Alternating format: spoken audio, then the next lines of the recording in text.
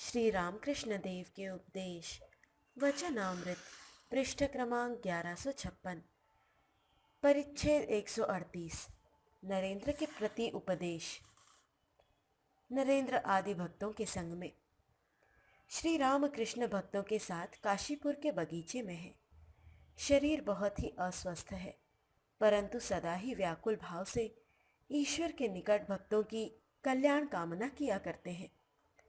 आज शनिवार है, चैत्र की शुक्ला चतुर्दशी 17 अप्रैल 1886। पूर्णिमा लग गई है। कुछ दिनों से नरेंद्र लगातार दक्षिणेश्वर जा रहे हैं। वहाँ पंचवटी में ईश्वर चिंतन, ध्यान साधना आदि किया करते हैं। आज शाम को वे लौटे। साथ में श्रीयुत तारक और काली भी हैं। रात के 8 बजे का समय होगा। चांदनी और दक्षिणी वायु ने उद्यान को और भी मनोहर बना दिया है। भक्तों में से कितने ही नीचे के कमरे में बैठे हुए ध्यान कर रहे हैं। नरेंद्र मणि से कह रहे हैं, ये लोग अब छूट रहे हैं, अर्थात ध्यान करते हुए उपाधियों से मुक्त हो रहे हैं। कुछ देर बाद मणि ऊपर वाले कमरे में श्री रामकृष्ण के पास जाकर बैठे। श्री रामकृष्ण ने उनसे पीकदान और अंगोछा धो लाने के लिए कहा।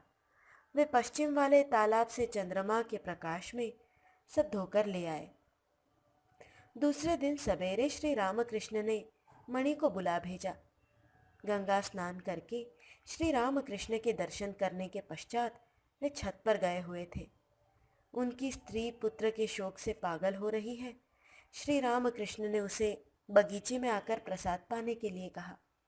श्री रामकृष्ण इशारे से बतला रहे हैं, उसे यहाँ आने के लिए कहना। गोद में जो लड़का है उसे भी ले आवे और यहाँ आकर भोजन करे। मणि: जी, ईश्वर पर उसकी भक्ति हो तो बहुत अच्छा है। श्री रामकृष्ण इशारा करके बतला रहे हैं, नहीं, शोक भक्ति को हटा देता है। और इतना बड़ा लड़का था। कृष्ण किशोर के भवनाथ की तरह 2 लड़के थे। यूनिवर्सिटी की 2 परीक्षाएं पास की थी। जब उनका देहांत हुआ तब कृष्ण किशोर इतना बड़ा ज्ञानी, परंतु फिर भी संभाल न सका। मुझे ईश्वर ही ने नहीं दिया, मेरा भाग्य। अर्जुन इतना बड़ा ज्ञानी था, 7 कृष्ण थे, फिर भी अभिमन्यु के शोक से बिल्कुल अधीर हो गया। किशोरी भला क्यों नहीं आता? एक भक्त वहाँ रोज गंगा नहाने जाया करता है। श्री रामकृष्ण: यहाँ क्यों नहीं आता? भक्त: जी, आने के लिए कहूँगा। श्री रामकृष्ण लाटू से: हरीश क्यों नहीं आता? मास्टर के घर की 9-10 साल की 2 लड़कियाँ श्री रामकृष्ण को गाना सुना रही हैं। इन लड़कियों ने उस समय भी श्री रामकृष्ण को गाना सुनाया था जब श्री रामकृष्ण मास्टर के श्याम पुकुर के तेली पारा वाले मकान में पधारे थे। श्री रामकृष्ण उनका गाना सुनकर बहुत ही संतुष्ट हुए थे। श्री रामकृष्ण के पास गाना हो जाने पर भक्तों ने लड़कियों को नीचे बुलाकर फिर गवाया। श्री रामकृष्ण मास्टर से: अपनी लड़कियों को अब गाना मत सिखाना, आप ही आप ये गावे तो और बात है। जिस के पास गाने से लज्जा जाती रहेगी, स्त्रियों के लिए लज्जा बड़ी आवश्यक है। श्री रामकृष्ण के सामने पुष्प मात्र में फूल चंदन लाकर रखा गया। श्री रामकृष्ण पलंग पर बैठे हुए हैं।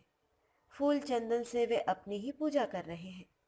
सचंदन पुष्प कभी मस्तक पर धारण कर रहे हैं, कभी कंठ में, कभी हृदय में और कभी नाभि स्थल में।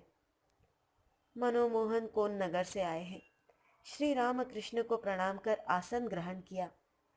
श्री रामकृष्ण अब भी अपनी पूजा कर रहे हैं। अपने गले में उन्होंने फूलों की माला डाल ली। कुछ देर बाद मानो प्रसन्न होकर मनोमोहन को निर्माल्य प्रदान किया। मणि को भी एक फूल दिया। नरेंद्र के प्रति उपदेश। दिन के 9 बजे का समय है। श्री रामकृष्ण मास्टर के साथ वार्तालाप कर रहे हैं। कमरे में शशि भी है। श्री रामकृष्ण मास्टर से: नरेंद्र और शशि ये दोनों क्या कह रहे थे? क्या विचार कर रहे थे? मास्टर शशि से। क्या बातें हो रही थी जी? शशि, शायद निरंजन ने कहा है। श्री रामकृष्ण, ईश्वर नास्ति अस्ति, ये सब क्या बातें हो रही थी? शशि सहास्य, नरेंद्र को बुलाऊं? श्री रामकृष्ण, बुला। नरेंद्र आकर बैठे। श्री रामकृष्ण मास्टर से, तुम भी कुछ पूछो, क्या बातें हो रही थी, बता। नरेंद्र, पेट कुछ ठीक नहीं है। उन बातों को अब और क्या कहूँ? श्री रामकृष्ण, पेट अच्छा हो जाएगा। मास्टर सहास्य, बुद्ध की अवस्था कैसी है? नरेंद्र, क्या मुझे वहाँ अवस्था हुई है जो मैं बतलाऊं? मास्टर, ईश्वर हैं, इस संबंध में वे क्या कहते हैं? नरेंद्र, ईश्वर है यह बात कैसे कह सकते हो? तुम ही इस संसार की सृष्टि कर रहे हो। बर्कले ने क्या कहा है जानते हो? मास्टर, हाँ, उन्होंने कहा है ऐसे एस्ट परसिपी, बाह्य वस्तुओं का अस्तित्व उनके अनुभव होने पर ही निर्भर है। जब तक इंद्रियों का काम चल रहा है तभी तक संसार है। श्री रामकृष्ण, न्यांगटा कहता था मन ही से संसार की उत्पत्ति है और मन ही में उसका लय भी होता है, परंतु जब तक मैं है तब तक सेव्य सेवक का भाव ही अच्छा है। नरेंद्र मास्टर से, विचार अगर करो तो ईश्वर है यहाँ कैसे कह सकते हो? और विश्वास पर अगर जाओ तो सेव्य सेवक मानना ही होगा। यहाँ अगर मानो और मानना ही होगा तो दयामय भी कहना होगा। तुमने केवल दुख को ही सोच रखा है। उन्होंने जो इतना सुख दिया है इसे क्यों भूल जाते हो? उनकी कितनी कृपा है। उन्होंने हमें बड़ी बड़ी चीज़ें दी हैं, मनुष्य जन्म, ईश्वर को जानने की व्याकुलता और महापुरुष का संग, मनुष्यत्वम, मुमुक्षुत्वम, महापुरुष संश्रयः। सब लोग चुप हैं। श्री रामकृष्ण नरेंद्र से, परंतु मुझे बहुत साफ अनुभव होता है कि भीतर कोई एक है। राजेंद्र लाल दत्त आकर बैठे। वे होम्योपैथिक मत से श्री रामकृष्ण की चिकित्सा कर रहे हैं। औषधि आदि की बातें हो जाने पर श्री रामकृष्ण मनोमोहन की ओर उंगली के इशारे से बतला रहे हैं। डॉक्टर राजेंद्र, ये मेरे ममेरे भाई के लड़के हैं। नरेंद्र नीचे आए हैं। आप ही आप गा रहे हैं। भावार्थ, प्रभो, तुमने दर्शन देकर मेरा समस्त दुख दूर कर दिया है और मेरे प्राणों को मोह लिया है। तुम्हें पाकर सप्तलोक अपना दारुण शोक भूल जाते हैं। फिर नाथ, मुझ अति दीनहीन की बात ही क्या? नरेंद्र को पेट की कुछ शिकायत है। मास्टर से कह रहे हैं, प्रेम और भक्ति के मार्ग में रहने पर देह की ओर मन आता है। नहीं तो मैं हूँ कौन? मैं न मनुष्य हूँ न देवता हूँ, न मेरे सुख है न दुख है। रात के 9 बजे का समय हुआ। सुरेंद्र आदि भक्तों ने श्री रामकृष्ण को फूलों की माला लाकर समर्पण की।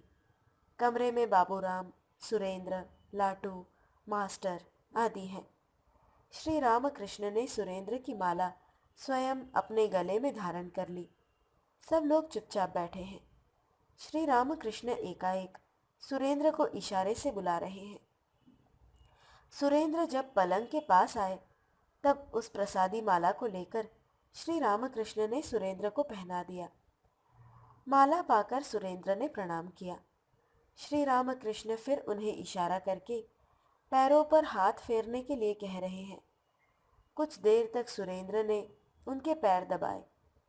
श्री रामकृष्ण जिस कमरे में है उसकी पश्चिम ओर एक पुष्करिणी अर्थात तालाब है। इस तालाब के घाट में कई भक्त खोल कर ताल लेकर गा रहे हैं। श्री रामकृष्ण ने लाटू से कहला भेजा, तुम लोग कुछ देर हरिनाम कीर्तन करो।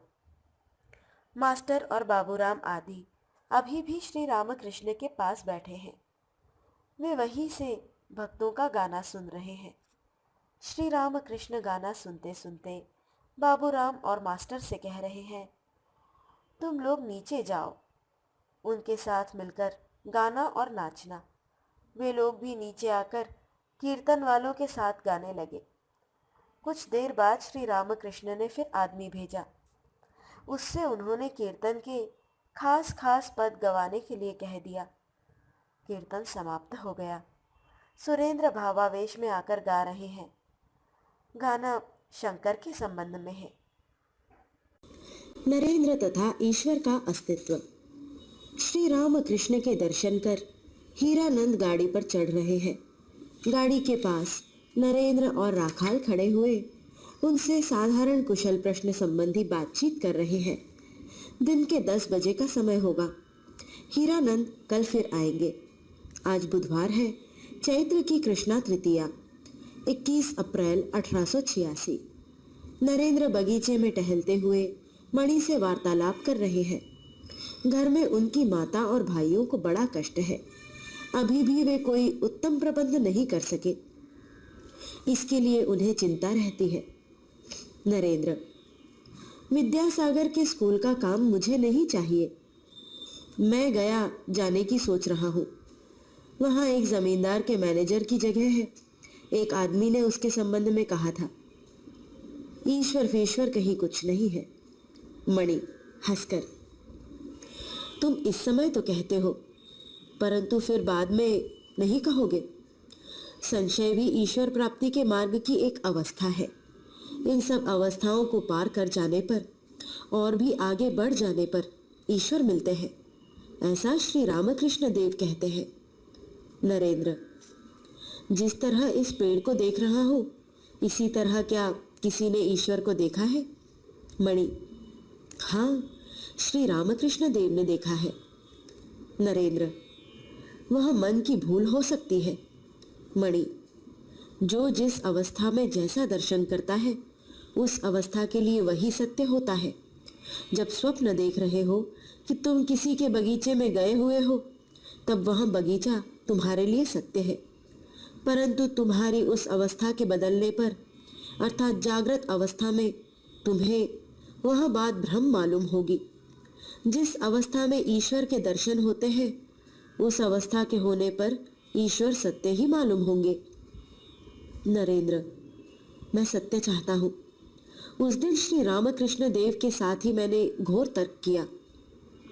मणि सहास्य, क्या हुआ था? नरेंद्र, उन्होंने मुझसे कहा था, मुझे कोई कोई ईश्वर कहते हैं। मैंने कहा, दूसरे चाहे लाख कहे, परंतु जब तक मुझे वह बात सच नहीं जचेगी, तब तक मैं कदापि न कहूँगा। उन्होंने कहा, अधिकतर लोग जो कुछ कहेंगे वही तो सत्य है, वही तो धर्म है। मैंने कहा, मैं स्वयं जब तक अच्छी तरह समझ न लूंगा, तब तक मैं दूसरों की बातें नहीं मान सकता। मणि सहास्य, तुम्हारा भाव कोपरनिकस, बर्कले आदि की तरह है। संसार के आदमी कहते हैं सूर्य ही चलता है, पर कोपरनिकस ने उनकी बातों पर ध्यान नहीं दिया। संसार के आदमी कहते हैं बाह्य संसार है, पर बर्कले ने यह बात नहीं मानी। इसलिए लीविस कहते हैं, क्यों, बर्कले क्या एक दार्शनिक कोपरनिकस नहीं था? नरेंद्र, एक हिस्ट्री ऑफ फिलॉसफी, दर्शन का इतिहास आप दे सकेंगे? मणि, क्या लीविस का लिखा हुआ? नरेंद्र, नहीं, ओबरवेग का। मैं जर्मन लेखक की पुस्तक पढ़ूंगा। मणि, तुम कहते तो हो कि सामने के पेड़ की तरह क्या किसी ने ईश्वर को देखा है, परंतु ईश्वर अगर आदमी बनकर तुम्हारे सामने आए और कहे कि मैं ईश्वर हूं, तो क्या तुम विश्वास करोगे? तुम लेज़रस की कहानी जानते हो ना? जब लेज़रस ने परलोक में अब्राहम से जाकर कहा कि अपने आत्मियों और मित्रों से कह आओ कि परलोक वास्तव में है, तब अब्राहम ने कहा, तुम्हारे जाकर कहने से वे लोग क्या विश्वास करेंगे? वे कहेंगे यह एक झूठा यहाँ आकर बेसिर पैर की उड़ा रहा है। श्री रामकृष्ण ने कहा है, उन्हें विचार करके कोई जान नहीं सकता। विश्वास से ही सब कुछ होता है। ज्ञान और विज्ञान, दर्शन और आलाप, सब कुछ। भवनाथ ने विवाह किया है। उन्हें अब भोजन वस्त्र की चिंता हो रही है। वे मास्टर के पास आकर कहते हैं, विद्यासागर का नया स्कूल खुलने वाला है। मुझे भी तो भोजन वस्त्र का प्रबंध करना है। अगर स्कूल का कोई काम कर लूं तो क्या बुरा है। दिन के 3-4 बजे का समय है। श्री रामकृष्ण लेटे हुए हैं। रामलाल पैर दबा रहे हैं। कमरे में सींती के गोपाल और मणि भी है। रामलाल दक्षिणेश्वर से आज श्री रामकृष्ण को देखने के लिए आए हुए हैं। श्री रामकृष्ण मणि से खिड़कियां बंद कर देने और पैरों पर हाथ फेरने के लिए कह रहे हैं। श्रीयुत पूर्ण को किराए की गाड़ी करके काशीपुर के बगीचे में ले आने के लिए श्री रामकृष्ण ने कहा था। वे आकर दर्शन कर गए। गाड़ी का किराया मणि देंगे। श्री रामकृष्ण गोपाल को इशारा करके पूछ रहे हैं, इनके पास से मिला? गोपाल, जी हाँ। रात के 9 बजे का समय है। सुरेंद्र, राम आदि कलकत्ता लौट जाने का प्रबंध कर रहे हैं। वैशाख की धूप। दिन के समय श्री रामकृष्ण का कमरा बहुत ही तप जाता है। सुरेंद्र इसीलिए खस की टट्टियां ले आए हैं। उन्हें खिड़कियों में लगा देने से कमरा खूब ठंडा रहता है। सुरेंद्र, खस की टट्टी अब तक किसी ने नहीं लगाई। मालूम होता है कोई ध्यान ही नहीं देता। एक भक्त, सहास्य। भक्तों को इस समय ब्रह्मज्ञान की अवस्था है। इस समय सब सोहम है। संसार मिथ्या हो रहा है। फिर जब तुम प्रभु हो मैं दास हूँ यह भाव आएगा, तब यह सब सेवा होगी।